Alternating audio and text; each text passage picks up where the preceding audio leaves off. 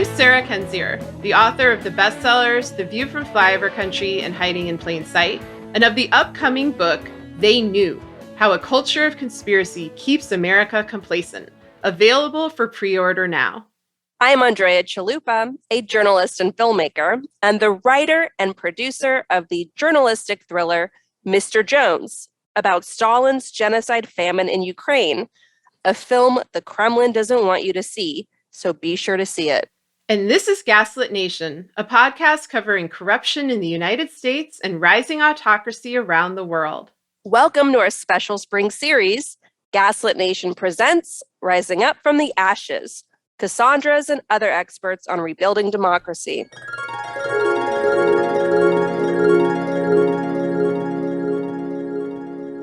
Our bonus episodes, available to Patreon subscribers at the Truth Teller level and higher, feature our esteemed guests taking the Gaslit Nation self-care Q&A.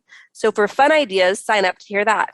Joining at this level also gives you access to hundreds of bonus episodes on topics in the news today. We'll be back with our regular episodes in July. If you're signed up anytime between now and then at the Democracy Defender level or higher on Patreon, you'll get special access to watch a live taping of Gaslit Nation over the summer. More details to come. This interview was recorded December 14th, 2021. Today, we are joined by the wonderful Ann Nelson, author of the must-read book, Shadow Network, Media, Money, and the Secret Hub of the Radical Right. And Nelson is a lecturer in the fields of international affairs, media, and human rights. As a journalist, she covered the conflicts in El Salvador and Guatemala and won the Livingston Award for Best International Reporting from the Philippines. She served as the director of the Committee to Protect Journalists. In 1995, she became the director of the international program at the Columbia School of Journalism, where she created the first curriculum in human rights reporting. After 2003, Nelson taught at Columbia's School of International and Public Affairs, otherwise known as SIPA, where her classes and research explored how digital media can support the underserved populations of the world through public health, education, and culture. Nelson is a widely published author. Her 2009 book, Red Orchestra, describes the way media was used for both propaganda and resistance in Nazi Germany. Nelson's play, The Guys, based on her experiences following the September 11th attacks, has been produced in all 50 states, 15 countries, and as a feature film starring Sigourney Weaver. It has been widely used to fund local fire departments and related causes such as trauma counseling and burn treatment centers. She writes regularly for the Washington Spectator, and you can read her work there. Welcome to Gaslit Nation, Ann Nelson. Thank you so much. Glad to be here. So we wanted to have you on the show for some time because your book, Shadow Network, is one we know our audience would love. It is just such a empowering read, a disturbing read, and it helps piece together a lot of how we got here. So if anyone's wondering, how did we get here in this crisis point in American democracy, we'll read Shadow Network by Ann Nelson. It could make a highly selective Christmas present, depending on which relatives you're shopping for. Right, exactly. A very passive-aggressive gift, possibly. But yes, no, but it is essential reading. So your book was refreshing, especially for me and Sarah, because we cover this topic extensively.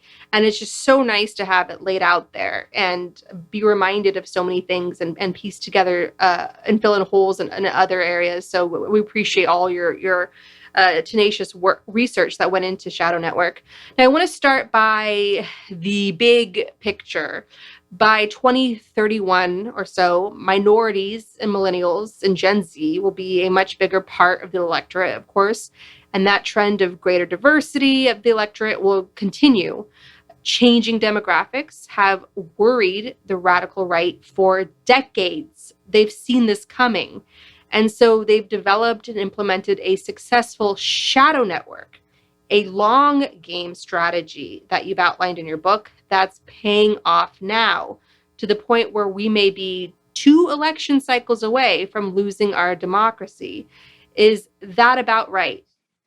Yeah, they have really gone deep into American history and not just the role of slave owners in crafting our original founding documents, but also some ways that the pre-Civil War and the post-Civil War culture unfolded in terms of the South, and the way that our system assigns disproportionate power to citizens of less populated states. You see it in the Senate, you see it in the Electoral College. So what these people did was look at the national population and say, we're not going to be winning the popular vote. They haven't for some time. But we can go into the mechanics of the system under the hood and game the system so that by controlling states with less population but more influence in these other circles, we can take over the entire system. So they're, I would say, over halfway done with that process. And explain the historical origin and evolution of the current, for lack of a better word, holy war by the radical right, because they've seen the writing on the wall, and what they are driven to protect in their minds is this white Christian patriarchy, and it's across Christian religions that they've come together. So could you talk about the history? Yeah, and I tend to be a little cynical about that because in spending, most of the last 5 years staring at these organizations and this map, what I see is the heavy influence of the fossil fuels industries. And again, they were on the losing side of history too. And they realized that the votes that they could influence were votes of evangelical Christians who maybe had been Dixiecrats in the past, maybe were unengaged. So there was this population, this latent population in a number of critical states that they wanted to activate. So you bring in the religious right. And as of the 1960s and the Civil Rights Act, there were very prominent televangelists like Jerry Falwell, like Pat Robertson, and others who had made large fortunes by basically dunning little old ladies in their TV audiences for their money, and also in their educational enterprises. These are businessmen. And when the government, the federal government, began to enforce integration, they set up their own schools, which were all white. They were called Christian, although I would question whether, an actual Christian would demand an all-white school, but that's another subject. And these were, again, serious revenue centers for them. And it included universities like Liberty University, which, were very large enterprises. So at a certain point, the federal government and the IRS said, no, if you're going to have a segregated academy, then you can't have tax exempt status. That violates IRS regulations. And they started looking for champions who would represent their interests in the political sphere. They first found Ronald Reagan. Ronald Reagan was not of their tribe. He was not an evangelical Christian. He drank and smoked and divorced and all that. But they cut a deal. And in 1981, celebrating Reagan's victory, a group of these fundamentalists and televangelists and their fossil fuel allies got together and founded something called the Council for National Policy. They chose the most boring name they could find intentionally. They held secret meetings with secret membership that brought together big dollar donors. And we're talking about the DeVos family from Texas, Foster Friess, the financier from Wyoming. And they brought in strategists like Richard Viguerie. And then they had their own pollsters like George Barna and their own media people like the owners of Salem Broadcast Network, which has mushroomed into this multi-platform, very large media organization that very few people on the coast have heard of.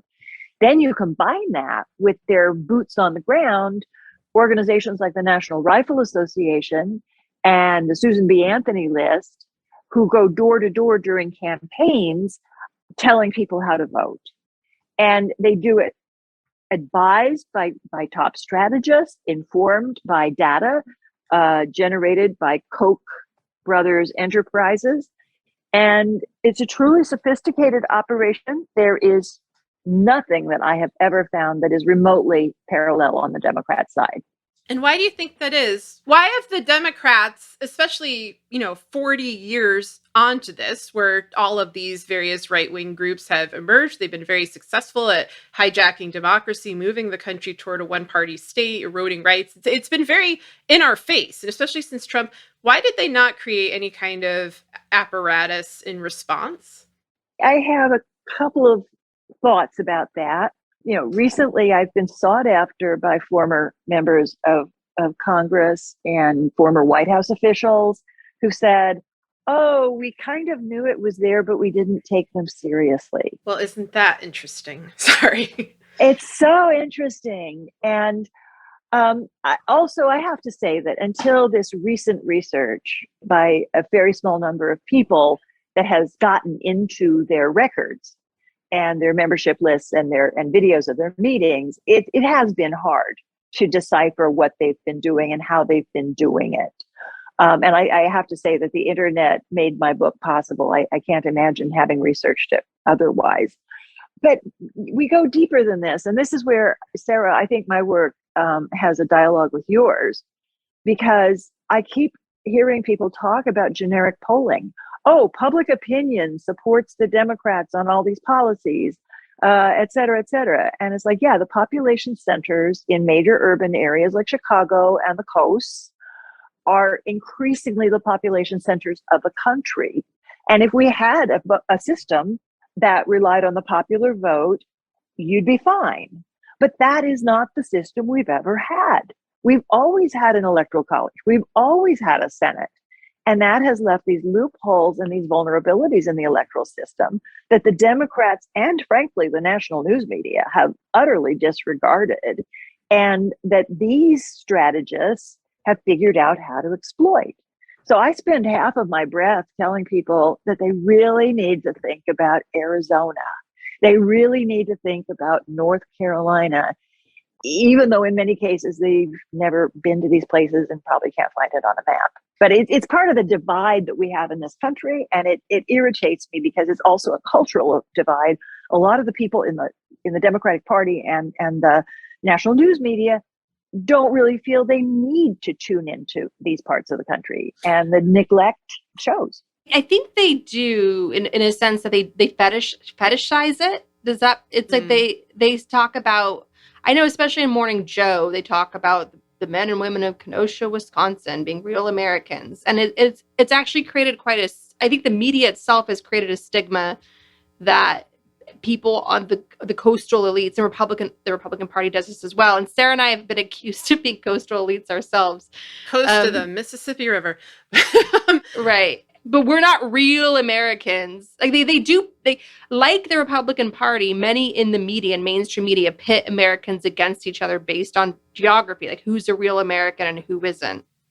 But I think it's true that the Democrats really don't have interest in this part of the country. Even in a state like Missouri, where you've got literally half the population in two big, fairly liberal cities in St. Louis, Kansas City.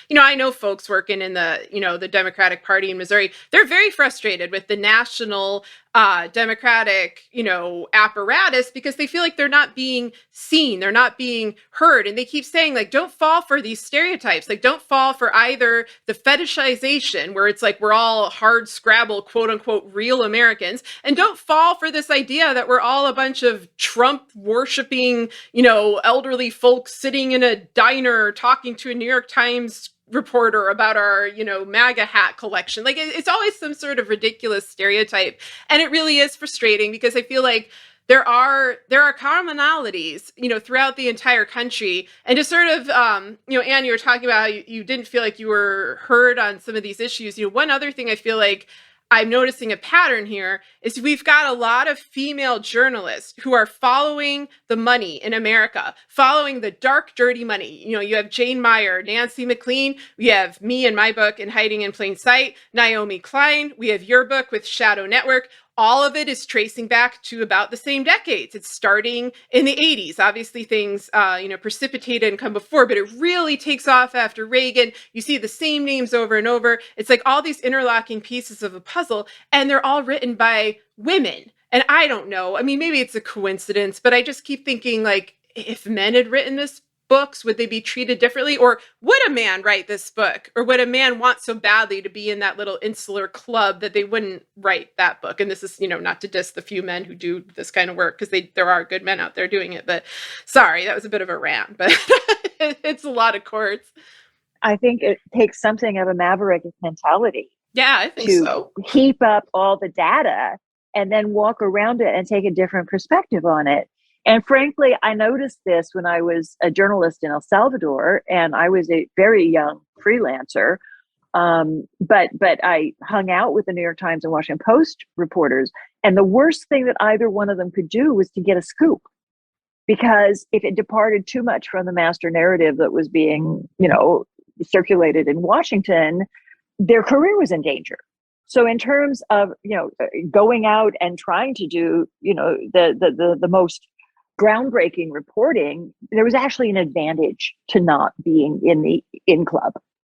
I definitely think so. And I mean, that's really interesting. So they felt like getting a scoop, which is their job, identifying the roots of corruption or, things that are affecting the American people, like that's a negative quality in their view. It's dangerous.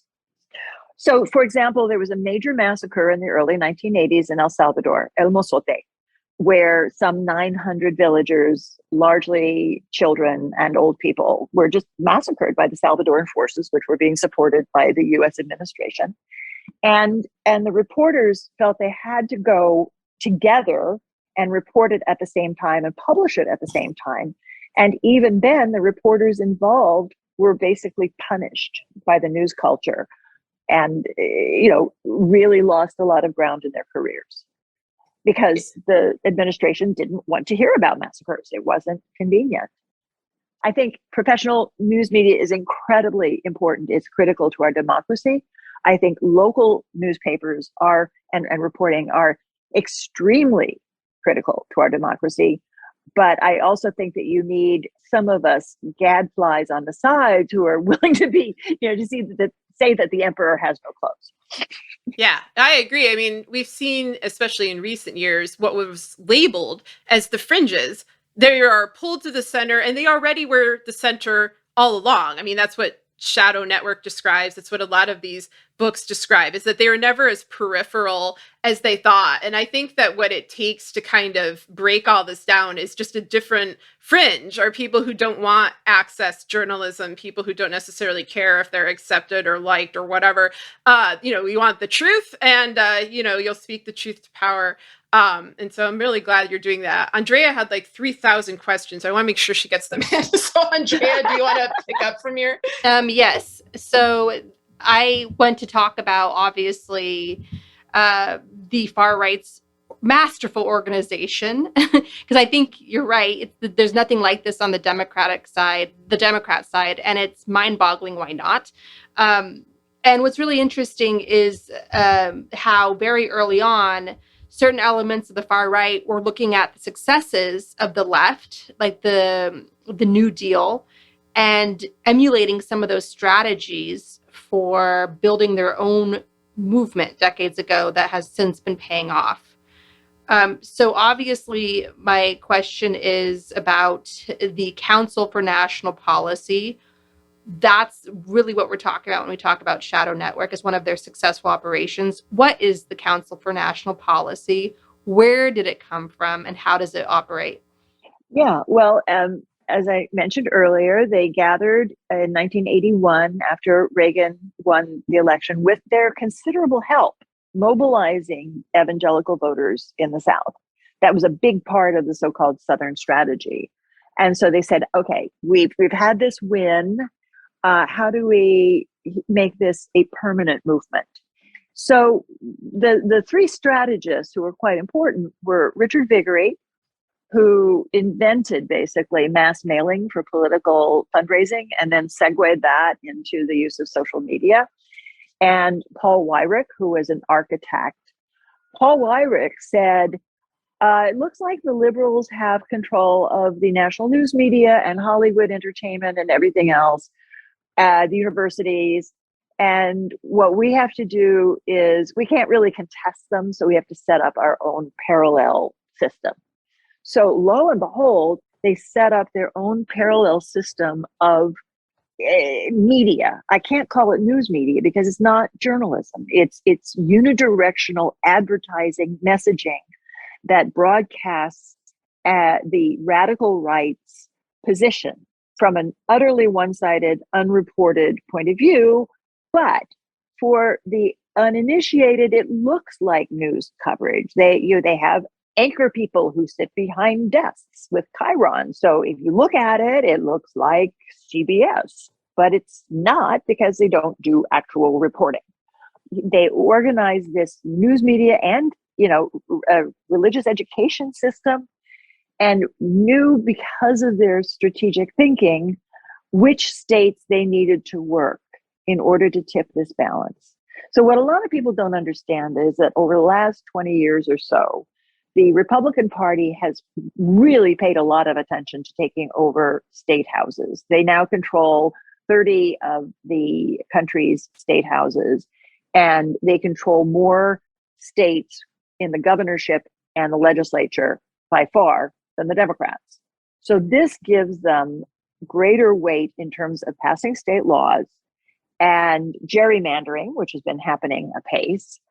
And again, the advantage that the Council for National Policy brings to it is that they have kind of a gathering of the clans several times a year, 2 or 3 times a year at opulent resorts. And the big donors come in, like the DeVos family and the Bradley Foundation from Wisconsin, and they work out a game plan. And they get the strategy, they get the polling, they get the media lined up, and they get the ground troops committed. So, for example, when Claire McCaskill was running for Senate last time in Missouri, you've got the National Rifle Association and the Susan B. Anthony list running this massive voter contact project in parallel to what the Republican Party was already doing. So it was like redoubling their forces against these debilitated forces of the Democrats in these states, the so-called flyover. And it gives them a competitive advantage, especially with everything else that they can marshal through this highly coordinated networking through the council. What's interesting is that when they started off, in your book, you write how the Democrats, and back then it was a slightly different Democratic Party, but the Democrats tended to have a number of state governments under its control. And so the far right saw this and they decided to fire back, as you said, by taking over state governments. And they did this by launching ALEC. So could you describe what ALEC is, what it does, how it operates, and how it ties together with the CNP? Yeah. Well, and as you mentioned earlier, Paul Weyrich, one of the prime architects of this, looked at the Democratic coalitions the way they worked in the 1960s. He actually went to the meetings to observe them. And at that point, you had this generational connection to the New Deal coalition. You had trade unions, you had people from the civil rights movement, you had really tight-knit organizations. And this was a benefit in many states, both from a fundraising possibility, but also getting out the vote, organizing people to do canvassing, et cetera. And the Democrats' organizations suffered a kind of hardening of the arteries. Part of it was Reagan declared war on American trade unions, and trade union membership has plummeted since the 1960s in the United States. So you've lost a lot of the firepower of those organizations. You had the DeVos family really pounding away at instilling the so-called right to work laws, which decimated the trade unions in Michigan. And the same thing with Council for National Policy member Scott Walker in Wisconsin. So every time you kneecap the trade unions in a state, the Democratic Party loses capacity. Now, what stunned me was when I did a book talk in 2019 in Wisconsin, I had people, in the Q&A say, well, we did canvassing for the Democrats in 2016, and the DNC didn't even get us literature to hand out at the doors, right? So that's like campaigning 101. Mhm. And so you went through this period where at the same time the Council for National Policy was networking and enlisting churches and pastors and boots on the ground, the Democrats, I feel, were playing more to a national audience than tending their garden in these swing states. And they lost Wisconsin in 2016. The people in Wisconsin were not overly surprised, but apparently it came as a shock to the National Democrats. Could you talk a little bit about, because you the different religions? 'Cause I know you'd mentioned earlier in this conversation that big oil is behind a lot of this, obviously, and we've seen that certainly. We've seen that with how Joe Manchin tries to frame himself as man of the people, and then but then he's in the pocket of Exxon lobbyists, according to those lobbyists, and he's driving around in a Maserati and all that. But there is a genuine religious culture tied up in this. And what's really interesting in your book is how you talk about how religions, churches that were at war with each other for generations, finally decided to work together towards this cause of a far-right political takeover of our democracy. Could you talk about that history and how that all came to be, and what is the fruit of all that labor and that operation? Sure. A lot of the Council for National Policy roots begin with the Southern Baptist Convention. And the Southern Baptists are a very specific group, and they split off from the American Baptists precisely before the Civil War in order to defend slavery, even before the war. So they have this history, and they provided a lot of the chaplains for the Confederate Army. It's very much part of their legacy. And so it was, they were quite interested in preserving many aspects of Southern culture. And they were really very much present at the creation in Texas, in particular, of the Council for National Policy and this general movement. And one thing that's really important to understand about this movement is that it is like a virus. It moves into the host and it destroys moderates. So the fundamentalist absolutists went into the Southern Baptist Convention and purged moderate Baptists. At that time, around in the 1970s, the Baptists were more moderate on abortion than they are now. But they went through and systematically purged pastors and educators and people in the congregations who had leadership roles in order to make it far more conservative than it was before. Then they moved into the Republican Party. And for the last 40 years, they've been doing that to moderate Republicans as well. And you can look at the trail of the Jeff Flakes and others who have just been marginalized and expelled because they won't sign on to these extremist policies. So it grew out from the Southern Baptists into other portions of American Protestantism. That many of them are not very well understood from a political point of view. The Pentecostals have provided a very fertile field for their recruitment. They've really promoted a distorted notion of abortion policy and use that to promote themselves in different religious areas. Right now, Steve Bannon, who was a member of the Council for National Policy, is making a full court press into the areas of conservative Catholics. And so they pull in these groups. And one of their contemporary strategists is Ralph Reed, who will periodically make these speeches saying, this is what we're going to do. We're going to go after the evangelicals, and then next year we'll go after the Catholics, and we'll just fold them all into the movement, even though they rely heavily on absolutely false information in order to build them into a base. One of the things I'm wondering about is that there's this apocalyptic rhetoric, what you see, I think, foremost, I guess, in evangelical communities, but also, in Catholic communities, sometimes in Jewish communities. And I feel like it feeds into the climate change crisis. And I was just wondering, since you brought up fossil fuels before, it made me think of Reagan's Secretary of the Interior, James Watt, who at his confirmation hearing, they were asking him basically about, climate change and environmental protection actions. And he said, and this is a quote, "I do not know how many future generations we can count on before the Lord returns. And so therefore, why protect anything? Like, we'll let it all go to hell." And I always wonder, is this a cynical move where they're justifying plutocracy and, fossil fuel corporate greed by saying, well, hey guys, the apocalypse is coming, so why bother?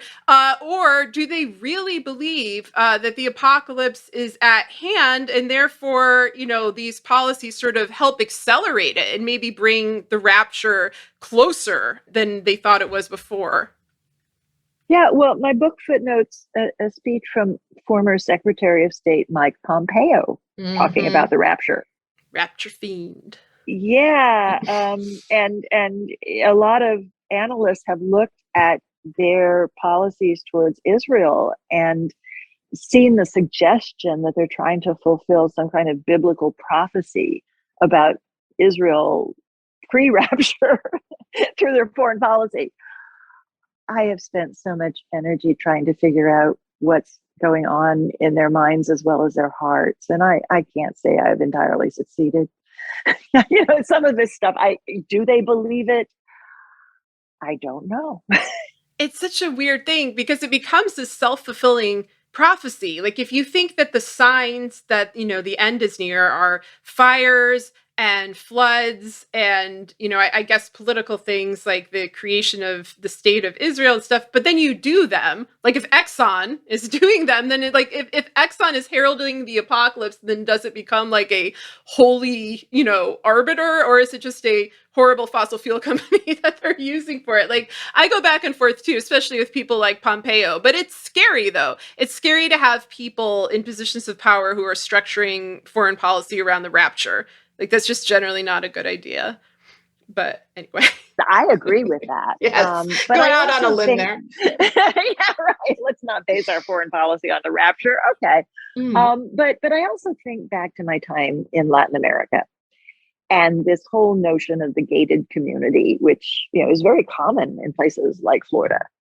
And, you create these literal walled gardens, right? Where the wealthy live opulent lives and they have extensive defenses to keep the hoi polloi from entering in and tearing it down. And I have to say that's what I think is their actual vision of society, that they create their gated communities on a massive scale. And even the people they convince to vote for them are going to be the losers who are locked out, right? And the have-nots. And so their real trick is, and I feel a lot of sympathy for these people. I really do. It's getting the people I grew up with in Oklahoma who are making $30,000 a year and struggling, and their kids go to deficient schools and they live near, near waste dumps. And somehow they convince them that first trimester abortion is what they should vote about at the expense of everything else that is immediately about their daily lives and their children's welfare. And they have figured out how to do that. So you have to hand it to them in terms of sheer chutzpah, yeah? Mm-hmm. Yeah, and they've been like that throughout COVID too. Like, I remember initially people are like, oh, Trump is going to let the blue cities die and preserve his base. I'm like, he's not going to help his base. He doesn't care if his base dies. Like, none of these elite guys care if, poor Republican voters die, especially in states like mine that they think they already have on lock, through voter suppression and whatnot. So yeah, I'm glad you raised that point. You can use that gated community metaphor for everything that's going on in our society, right? The people with the money have the best medical care in the world. Everybody else, the life expectancy is dropping, right? Maternal mortality, all of these figures in the United States are shameful, except that if you're at the top, it's the best in the world. So that's their vision of society, and they actively reject the idea of a common good, of social welfare. And it's up to anybody else to stop them. Well, how can we stop them? Oh, these are the easy questions today. We Okay. want a quick one-liner. We can just post on Twitter. It'll be all set. But what are things that different folks can do? I guess, ordinary citizens, people that are elected or appointed officials. Everyone's got their own kind of avenue of power or influence, and it's different for everybody. Like, what are some things that I guess should be done, I should say? Well, the first and foremost, educate yourself about the electoral map. I had this moment of truth at a conference at Columbia where I've taught for a long time, and they were talking about Indivisible, this organization that works for democratic reform, and they said, "Oh, and there are, and they named this number like scores of indivisible chapters on the Upper West Side of New York City." And I'm like, well, that's hilarious because, that is the most democratic district in the country. And, anyway, again, the focus is so urban, and that means that the focus of the messaging tends to be about urban liberal concerns. And the fact of the matter is that there are 7 states next year that will determine the Congress and to some extent the governorships. And they are Michigan, Wisconsin, Pennsylvania, North Carolina, Georgia, Arizona, and Nevada.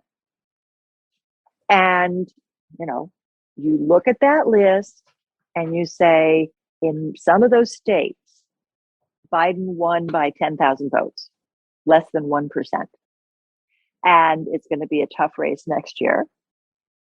So if you are politically motivated and you happen to live on the coast and you live in an area with a large margin, one way or the other, you're wasting your time, focusing on those areas. New York is going to go Democrat no matter what. Nebraska is going to go Republican no matter what. These other states will determine the future of the Congress. And there's a special note here, because if the Republicans take Congress, then they can continue to pass various gerrymandering provisions. But they'll also be in a position to enforce something called the independent state legislature doctrine. And it turns out that if you look carefully in the Constitution, the voters in a presidential election who select the electors to represent their state don't have the last say. If you have Republican legislators in these state houses who challenge the vote, whether it's on spurious grounds or otherwise, they have the power to select their own electors. So you could have a scenario where, first of all, no matter who votes for whom for president, these 30 Republican state legislatures could choose their own Republican electors to go and select their candidate as president in 2024. Another option, which is quite interesting to ponder, is that it turns out that the Speaker of the House doesn't have to be an elected official of any kind. So if you have a Republican Congress and they decide in 2024 that they want to appoint Donald Trump as Speaker of the House, they could do that. And then he would be third in line to the presidency again, or some other candidate of their choice. I don't think we should get overly focused on Trump.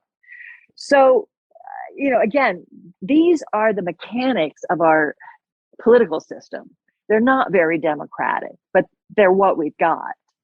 And I have to plead guilty. For years and years, I was analyzing political systems in other countries and somewhat neglecting my own. And when you stare under the hood, you say, how did this happen?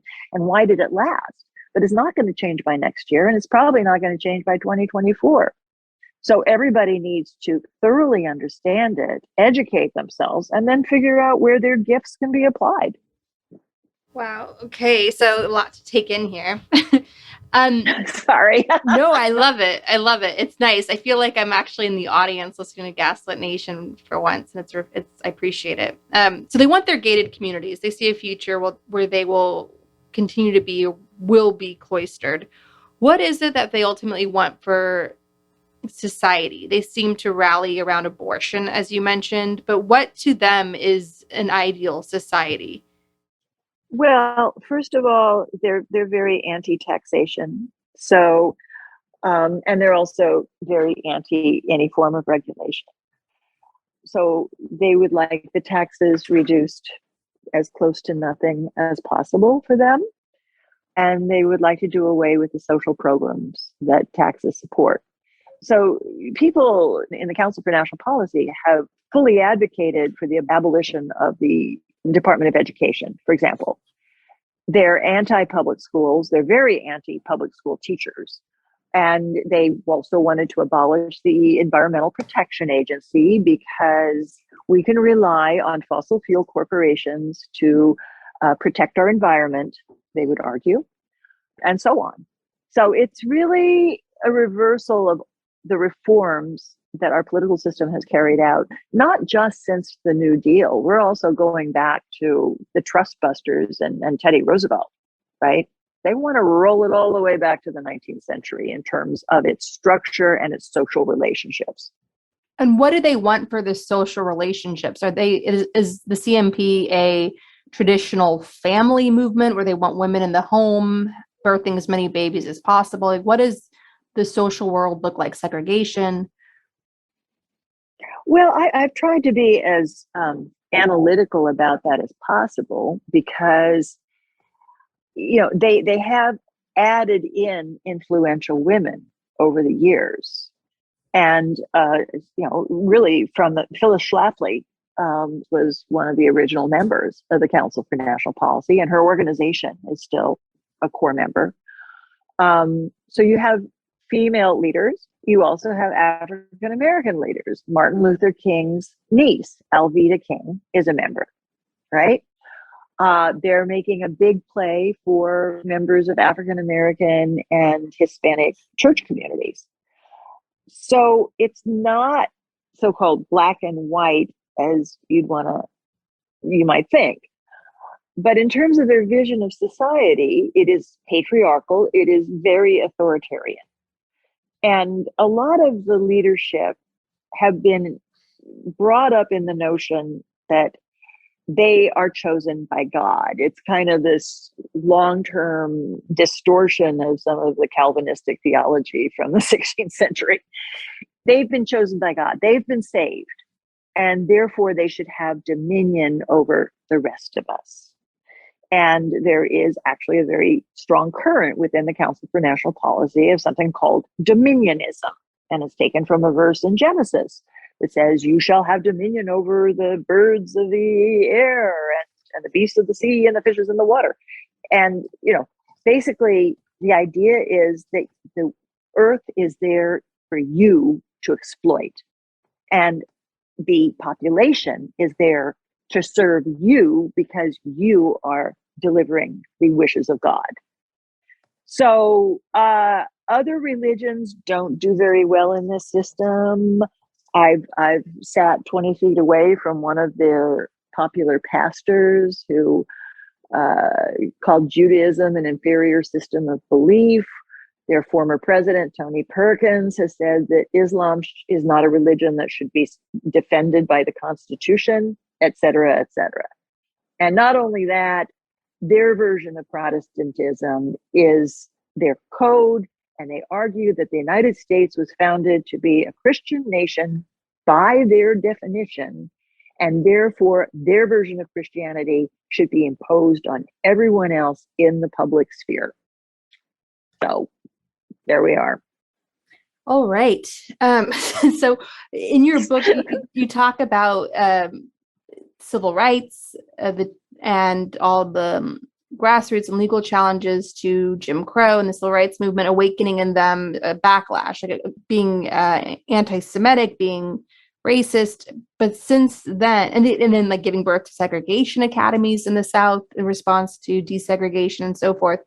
But since then, they've opened up their movement to non-white communities, as long as those non-white communities share their authoritarian, dominionist, traditional family values outlook on life and the future. I personally think they're getting used. And you think the non-white members and leaders and are being used by the broader CNP organizing Yeah, I forces? do.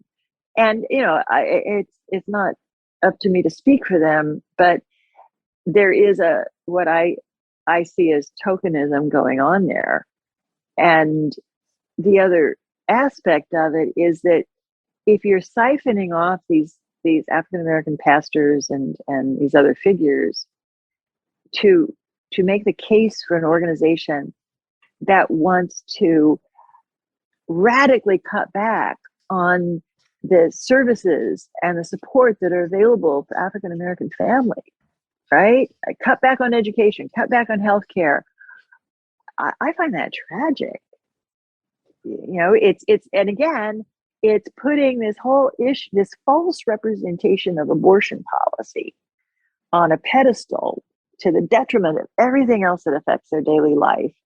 And, to be specific, what their propaganda pumps out is that Democrats support, quote, abortion on demand up to the day of birth, right? That's the terminology they use in their listservs, in their publications, in their speeches. And Ted Cruz and Donald Trump have both used the term birthday abortions. And this is just patently false. The idea that a woman who's 9 months pregnant with a healthy baby can walk into a clinic and say, oops, changed my mind. That doesn't happen. It's not legal anywhere. I've never heard of anyone who supported it. But they send out these mailings, and Lord help me, I'm on the mailing list. So you get these pink cheek healthy babies, and it says Democrats want to execute this baby, right?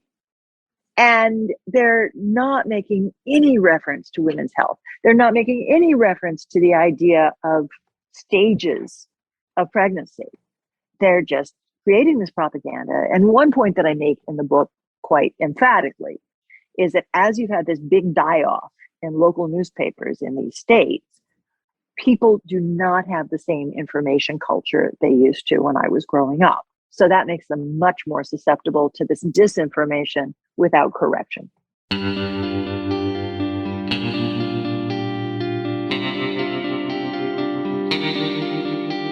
Our discussion continues, and you can get access to that by signing up on our Patreon at the Truth Teller level or higher. We want to encourage you to donate to your local food bank, which is experiencing a spike in demand. We also encourage you to donate to Oil Change International, an advocacy group supported with a generous donation from the Greta Thunberg Foundation that exposes the true costs of fossil fuels and facilitates the ongoing transition to clean energy. We encourage you to help support Ukraine by donating to Razom for Ukraine at Razom, R-A-Z-O-M, forukraine.org. That's razomforukraine.org. We also encourage you to donate to the International Rescue Committee, a humanitarian relief organization helping refugees from Ukraine, Syria, and Afghanistan. Donate at rescue.org. And if you want to help critically endangered orangutans, already under pressure from the palm oil industry, donate to the Orangutan Project at theorangutanproject.org. Gaslit Nation is produced by Sarah Kenzier and Andrea Chalupa. If you like what we do, leave us a review on iTunes. It helps us reach more listeners. And check out our Patreon. It keeps us going. Our production managers are Nicholas Torres and Carlin Daigle. Our episodes are edited by Nicholas Torres, and our Patreon exclusive content is edited by Carlin Daigle. Original music in Gaslit Nation is produced by David Whitehead, Martin Vissenberg, Nick Farr, Damian Arriaga, and Carlin Daigle. Our logo design was donated to us by Hamish Smith of the New York-based firm Order. Thank you so much, Hamish. Gaslit Nation would like to thank our supporters at the producer level on Patreon and higher. Oh, and by the way, if you don't hear your name in this list and you've signed up, we're going to say your name starting in July and keep it going for however long you donated. FYI. So we want to thank Eric Coffin, Jess Sauer, Chick Quinn, Lily Wachowski, Megan McNerney, Sean Rubin, Todd S. Perlstein, Pat, Kenny Main, John Schoenthaler, Frank Jaquette, Ellen McGirt, Joel Ferron, Larry Gasson, Erica Moore, Karen A. Deal, Nico Phillips, Brian E. Castor, Andrea Scalzo, Tatiana Birsch, Karen Heisler, Jordan Sanders, Ann Bertino, Chris Bravo, T.R. Dunstan, John Millett, David East, Stu, Shannon Nacy, Ida, Chris Fellow, Ben Wheaton, Joseph Mara Jr., Rich Holcomb, Thomas Scheibe, Kelsey Malsom, Julie Matthews, Meganopolis, Mark, Barbara Kittredge, Matthew Womack,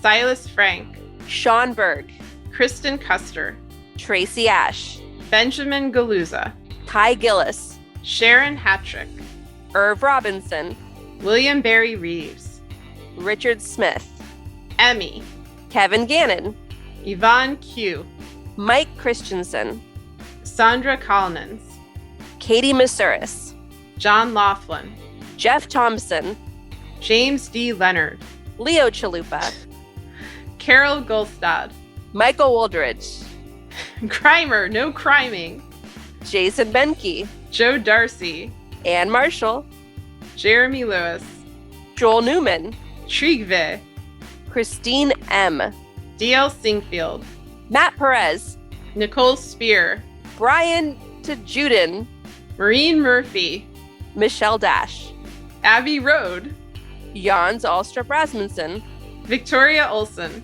Alabama, ZW, Lisa LaFlame, Jason Bainbridge, Sarah Gray, Mike Tripico, Diana Gallagher, Jennifer Ann Luter, John Ripley, Ethan Mann, Piet Itzma, David Porter, Kate Cotton, Kim Mellon, Leah Campbell, Lynn Schneider, Jared Lombardo, Karen Humphreys, Eric Kaplan.